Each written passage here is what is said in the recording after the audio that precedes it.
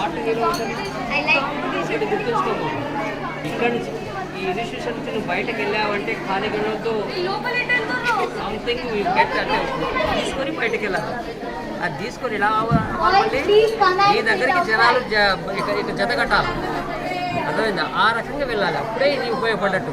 ఇంత ఎస్టాబ్లిష్మెంట్ చేసినామంటే దానికి గల కారణం కొన్ని కోట్లలోకి కుమ్మరించారు దీనిపైన.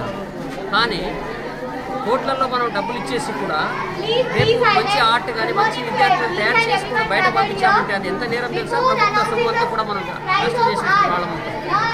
మీలో నేను ఏం చూడదలుచుకున్నాను చెప్తాను, మాట్లాడుకుంటాను. ఓకేనా?